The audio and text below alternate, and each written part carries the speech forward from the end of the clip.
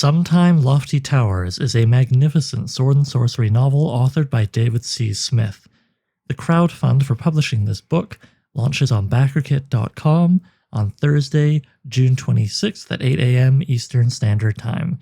Either follow the link in the description or just go to BackerKit.com and search for Sometime Lofty Towers, and you can learn a lot more about this book and the details of the crowdfund and all the cool stuff that comes with it, as well as opportunities to do wild stuff like get a short story critique from David himself, or have your face included in the interior illustration. But for now, why not get a preview of the book by hearing me read for you the very first chapter? Let's go. Sometime Lofty Towers by David C. Smith. Chapter 1. The Past. It's the killing, is it? Thorum said. Killing someone. It's very private.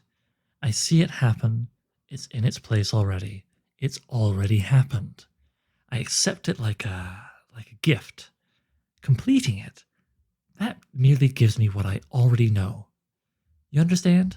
It's done. I move on, and I'm alive. I'm in a different climate, breathing different air, no one else's air, my own air, the air of the gods. Free. I'm free. Part of something else. Something more than I am. Then, here's another one. He's at me, and I can see it all in my mind again. We're in each other's eyes, and there it is, the shock of it. Up the arm, and all through you. Blood. Everything. It's real again. And then that quiet, that silence. And it's done. I'm free again. Free and alive. Remember? Is that how it was for you? He asked Hanlon. No. No. It was work to be done, nothing more. Too bad. It's a long time ago now. Don't you ever want to go back? No. Thorum reached for his cup and nearly knocked it over. His awkwardness brought him out of himself, and he awoke to all of the sounds in the public room, and all of the hurry now that the place had filled, the noise of strangers, everyone drinking, and the smells of life. People.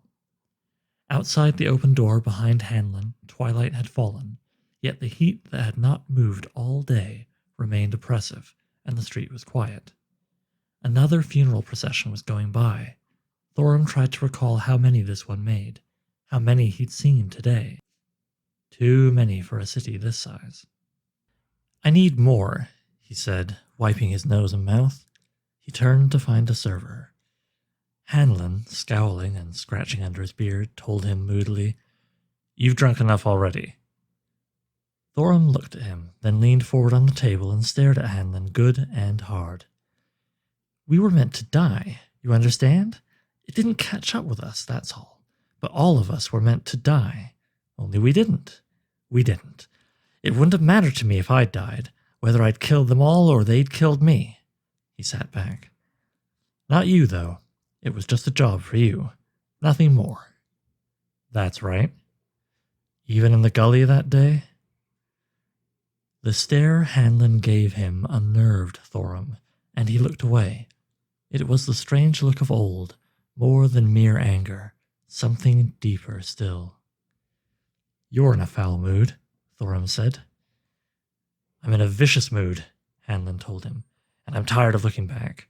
I could kill the world tonight and never feel it. You're the one who was always reading poetry the night before we'd go in. Poetry! Thorum grunted at the recollection of it. He noticed an old man at another table and stretched in that direction, nearly unseating himself as he did it, and told him, This one, waving toward Hanlon somewhere on the other side of his empty cup, this one would read poetry, and the next day kill 30 men. 30! You never saw a man like him with a sword and mace. Like that! He lifted his hand in an attempt to swipe at the side of his own head, but his gesture went wide.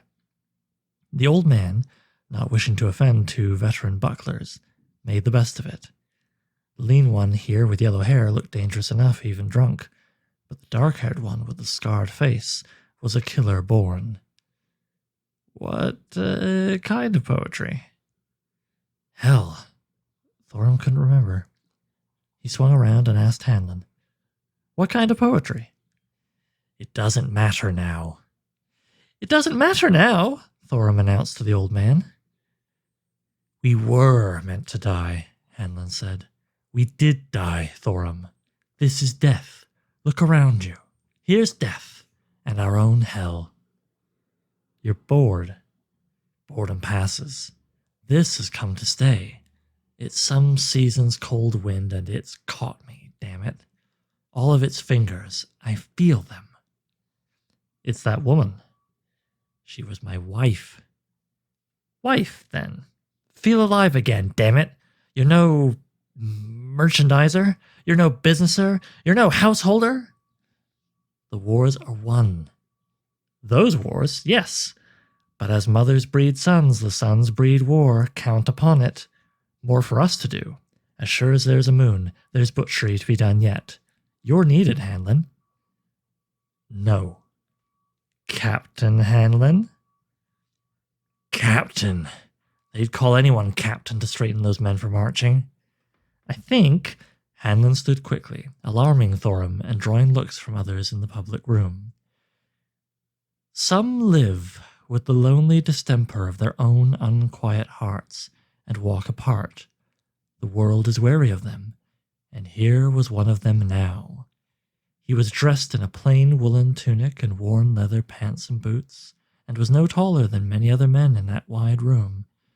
But the rage kept close within him was outsized, and because of that, Hanlon remained, at 40 years of age, as formidable as he had been half a lifetime earlier. The brow was as dark and the anger as quick, and as uncertainly provoked. Neither did his hand stray far from the weapons at his belt. 2 knives and a long straight sword, a heavy old weapon not fashioned on any recent forge. The man knew how to use it, too, his posture warned. Hanlon might have hung that sword on a wall years ago and done it proudly, and carried at his side instead a modern, lighter weapon that would serve him just as well in city streets if it were to be called into service at all at this late day. But he persisted in keeping his war weapon with him. Who knew what spirits it homed, the lives it contained, the ghosts that lived in its worn grooves? Someone sensitive, listening closely in the quiet of the night, might have heard the echoes of those ghosts in that sword, the torment of all the distant fallen whom Hanlon had sent on before him. "I was never a good soldier," he told Thorum. "I don't take orders well. I don't take orders at all, and I certainly can't see myself taking orders from some rich woman. Do you understand?" "I think I do." "It's good seeing you again, Thorum. And you?" "I'm very drunk." He reached inside his trousers for the pouch he had sewn along the waist of it, where he kept his money. "Good fortune to you on your campaign." "Dead already, are we, Captain?" "In our hell, and dead already." Hanlon turned away then. He went through the open door and out into the quiet street, into the twilight and all of the heat. He was surprised that Thorum had been able to find him, surprised that his old partner in arms would even have bothered. For Hanlon, the days of the territorial wars, when he had fought with Thorum and others they had known, were best left in the past. He had his memories, many of them unpleasant, and he relived some of them still, on nights when he could not sleep, nights when old hatreds kept him awake with a hunger to return to those red days. We are most alive when we have nowhere to go, no place to turn, and our lives hang in the balance. Most alive when we must strike without thought or recognition, when all of our moments occur at once and all that we are moves to push back the weight of the world, the weight of all time, the weight of all life itself, when what we demand for ourselves seems more than the universe can give.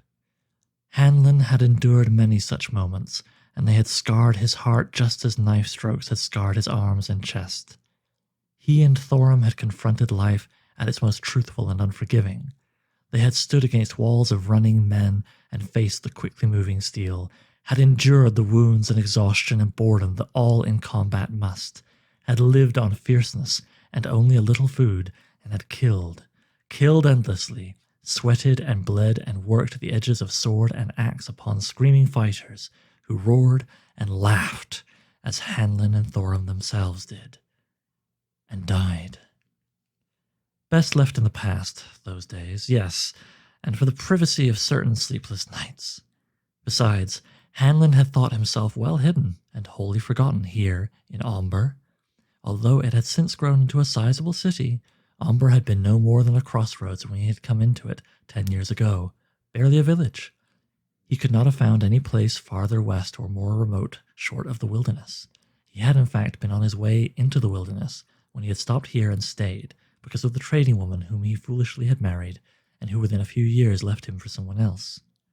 Hanlin should have gone into the wilderness then, he knew, rather than humiliate himself by trying to continue the trading business, pretending to be something he wasn't.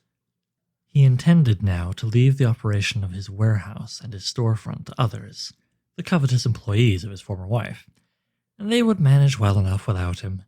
No doubt they stole from him, but despite that, the income generated had been sufficient for him. His needs were simple, and his wants few. Still, Hanlin preferred to be left alone.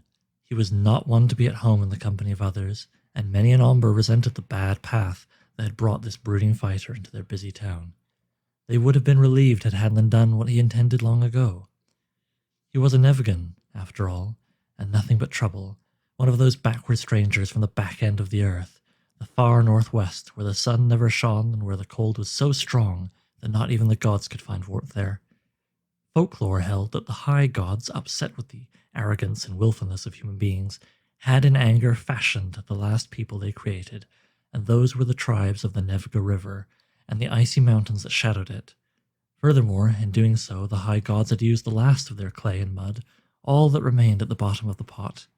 This clay and mud had sat so long that it had begun to go bad and had become resistant and tough, the same as the Nevgans made from it.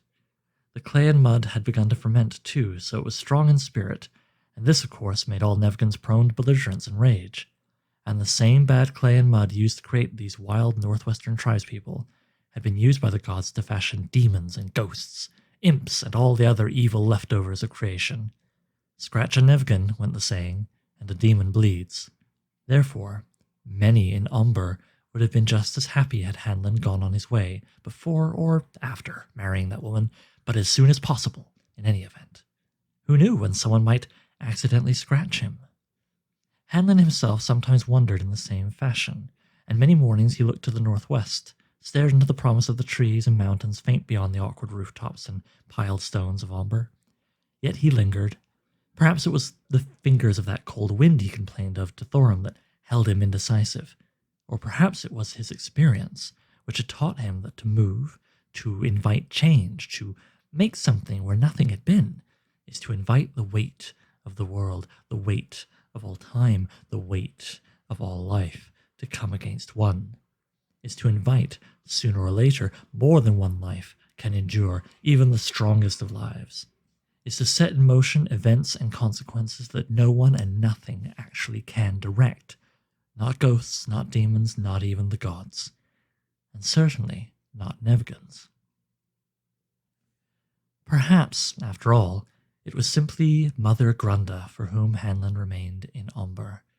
The old witch swore she was not one of his tribespeople, but Hanlin flattered her by accusing her of being just that. She was made of the same stone and fire that all Nevgans were, Hanlin had told her once, and besides, Mother Grunda was no one's fool. Easy enough to consider her, then, one of the spirit guides or witches, one of the moon watchers or river followers of his somber forest people. How she had ever come to stay in Omber, Mother Grunda never told Hanlin, but she was, like him, an outsider, and their common mistrust of everyone else bound them.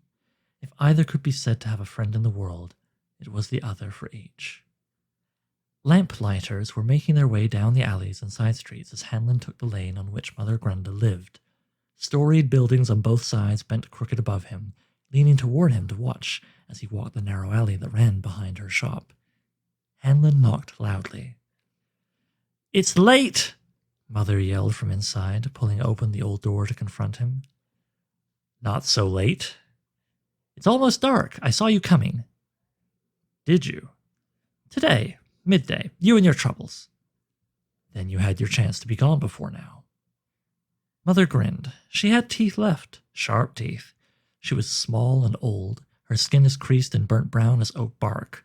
Her white hair cut short, kept out of her way. She was wearing the same heavy woolen dress Hanlon always saw her in. He wondered sometimes, and wondered now whether it was a dress at all and not a skin turned inside out, her true skin that she reversed when Mother turned into a wolf or a bear and ran wilding through the forest on nights when the moon swelled and filled the sky. In, she told him, stepping back, then worked the door closed again as Hanlon moved into the shadowed single room of Mother's apartment and looked for some place to put himself. You haven't been here for some time. I know it. Sit over there. Move that. It was a heavy box of some sort wrapped in a fur skin. Hanlon placed it on the wooden floor and himself in the straight-backed seat it had occupied. That smells, he told Mother. What is it? You finally murder one of the thieves you do business with? Don't ask me and I won't have to tell you. Did you come to throw the bones? Yes. I knew it. Something painful hurts and won't heal. That's how I smelled your troubles coming. Great troubles? You have no other kind. Mother crossed the room. Rarely had Hanlon allowed her to read for him all these years. What was he anticipating now? From a large wooden chest near the fireplace, she took 2 leather pouches and a rolled length of tanned hide and placed these on a table near him. One pouch rattled as she set it down. From the other, Mother took dried leaves, crumbled them into a ceramic cup, and poured in hot water. Then she sat opposite Hanlon in a great wooden chair and pushed the cup across the table. Drink, he sipped. It tastes like old vomit. It'll put some bone into whatever's below your belt. And what'll I do then? Don't look at me. Takes all I have to get through the day. Hanlon finished the tea and handed back the empty cup without looking at it. Mother Grunda peered inside and frowned. You may at last have that which you long for, Hanlon. And what is that? For most, wealth, property, to own what others have. But you don't care about those things. Love, honor, respect, silence. You wish to be rid of your ghosts, for your memories to fall quiet. Isn't that what you wish for yourself? He didn't answer her, but Mother saw it in his eyes. What, otherwise? What do you wish for? To be forgotten, Hanlon told her. Like a stone dropped into a lake, every trace of it gone. To be forgotten, like that stone. Then you shall have it. That falls to all, our names lost, the why and what of us gone forever. Nothing more? To go home, north. I want to hear the tongue of my own people again. But that I can do myself. I'm leaving in a few days. Mother Grunda revolved the teacup back and forth between her palms. West? I'm not going west. You haven't spoken to anyone about traveling west? One spoke with me. Who? An old companion in arms, but I have no desire to do it, and I won't. I told him that. He feels strongly about this, a proud man. He's had my answer. Mother noticed something else. You've been having dreams? Yes. Of shadows, ghosts, blood, water. Men killed in war, men I commanded, and an enemy who is dead. Dead, this one? Yes. You fought together? Yes. In the border wars? Yes. You were both the same, she struggled, the same spirit. In the same unit, Hanlon told her. He captained one company, I led another. We were the same rank. Ardodan. Hanlon listened to himself as he said the name he had not spoken in half a lifetime. His shadow still clings to you. He's dead. He is not at rest. Why can't you let go of one another? Is the hatred so great? Hanlon made a sound. An incident I never told you of. He betrayed my men and me, led us into a trap so that he and some of his men could escape. They never came to our aid. My men were killed. You survived. Yes, and Thorum, a few others, but many died. The Westlings slaughtered them, the blood in that gully. I fell as I fought, and the blood was above my elbows when I held myself up. The blood from all those men was a lake. I crawled through it, looking for him. You do not blame the Westlings. You do not hate them. I respect them. Their warriors are merciless. Their old are wise with life. Their villages are holy places. I speak their language and am not ashamed of it. They were a great people when the land was theirs alone. But you did not find Ardodan. Not in that gully, but he was killed soon after. You know this? His own men killed him. 2 he'd left to be slaughtered in the gully. They survived and they hunted him down. I heard this from one of them. He said that the hated one died. He is calling to you still. I see his ghost in dreams. One day I'll chase him down in hell, and you'll hear him screaming from the other side of death. Hell isn't deep enough to hide him from me. Mother said, So this is what you wish for. There is more. We will read the bones now. She unrolled the hide, flattened it between her and Hanlon. On the hide had been painted symbols, and a large, intricately outlined and divided circle that represented the houses of life. She opened the second leather pouch, and from it poured onto the hide small carved bones and teeth in a variety of shapes, each notched with a symbol or rune, the signs of animals and stars, the names of spirits and of other old things that live with us and move alongside us. Throw the bones, Mother said. Hanlon took the bones and teeth and shook them inside his clasped hands, then dropped them onto the hide. They tumbled and spun before pausing and coming to rest inside the circle. Mother studied how they had fallen. Ardodan aside, she said, not looking up, still, you were born with a hot heart, and I wonder why.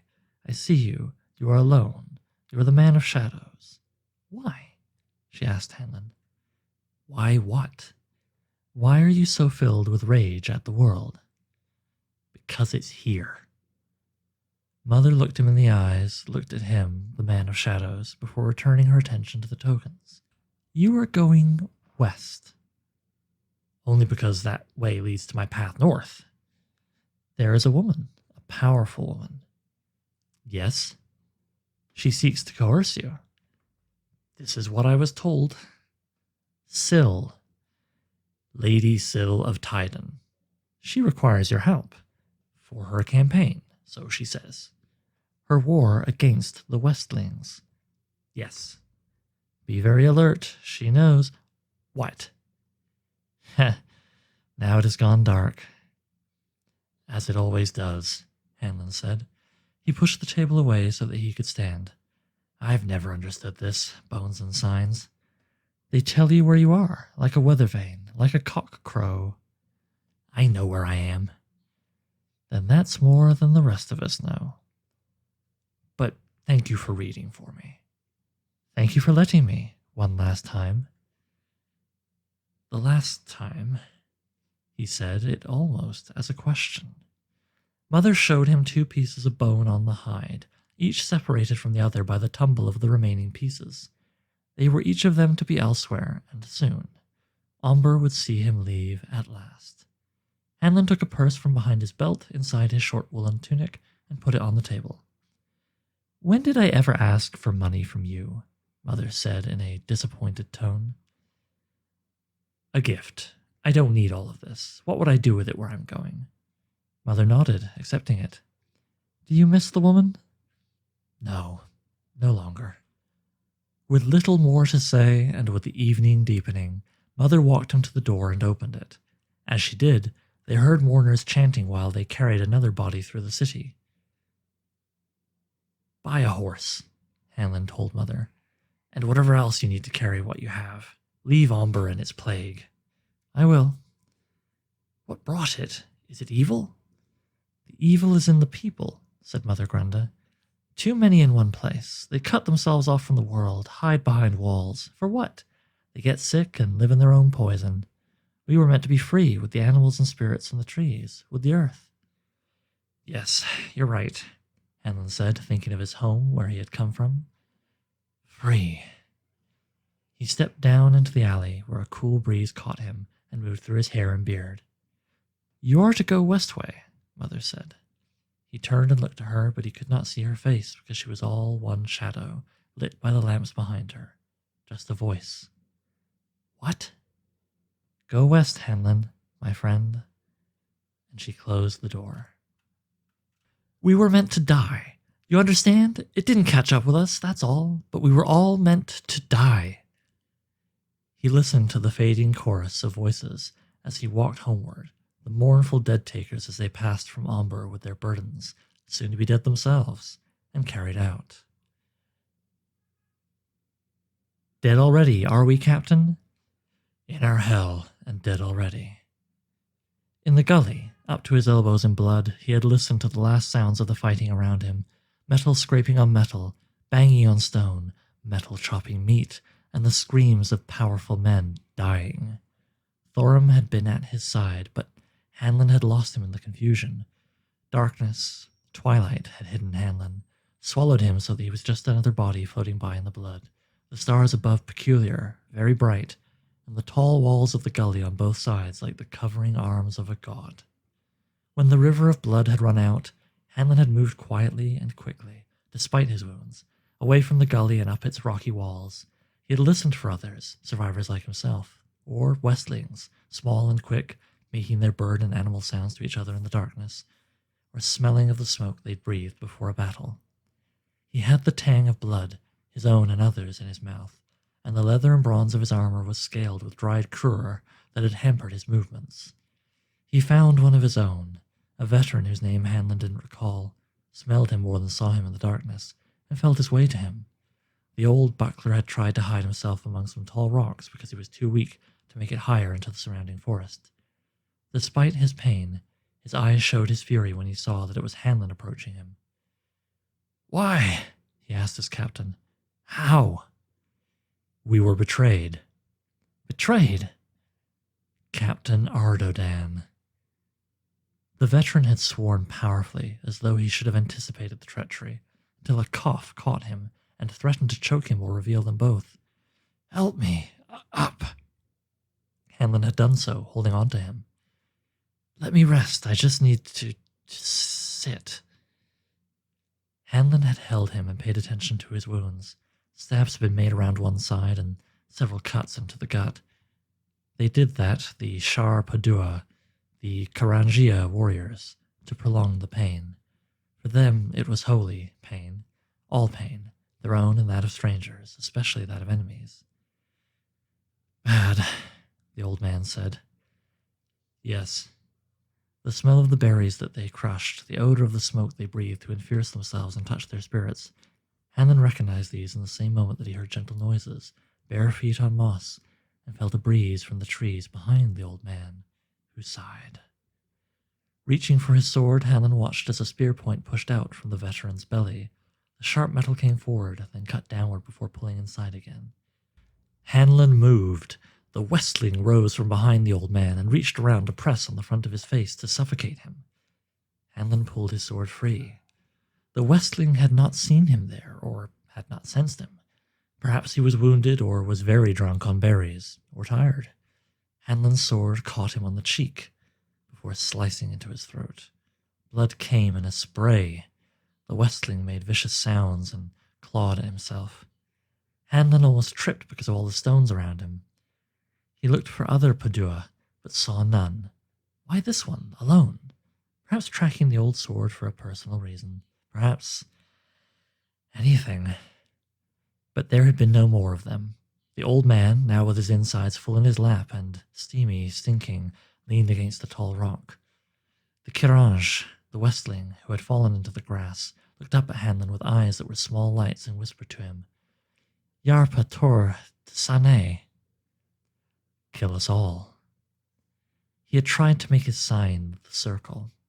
His eyes beneath all of the paint, mud, sweat, animal skins, bones, and one hand wet with blood trying to trace this mark on the ground. It meant everything to them. The circle. Wholeness, completeness, a wheel, a passage, a doorway, the sun, the moon, eye, head, heart. Everything. Hanlon put the point of his sword against the side of the rock and scraped a circle there. "Cha," the Westling had said to him, closing his eyes. "Yes." "Cha," Hanlon had told him. "Podu nya nape pala." Walk with the sun, warrior. When he turned again to the old man, Hanlon found that that one, too, had moved on to walk with the sun. Thank you for listening to Chapter 1 of Sometime Lofty Towers, a novel by David C. Smith. The crowdfund for this book launches on Thursday, June 26th, 8 a.m. Eastern Standard Time, in the year of our Crom 2025. You can go through the link in the description for this video, or you can search on BackerKit for Sometime Lofty Towers. I promise you it's the only one. If you're hearing this recording long after it goes online, long after the crowdfund is over, you can still check out the link in the description or go to brackenburybooks.com. However, if you're hearing this before June 26th, I strongly recommend you search for Sometime Lofty Towers on BackerKit.com or follow the link in the description, because that way you can learn more about why you would want to back the crowdfund and sign up to be alerted the moment it launches, which is a good idea because, there's some goodies for people who back it in the first 48 hours. All right. Thank you so much for listening to the first chapter of this wonderful book. This is Oliver Brackenbury, the publisher, signing off.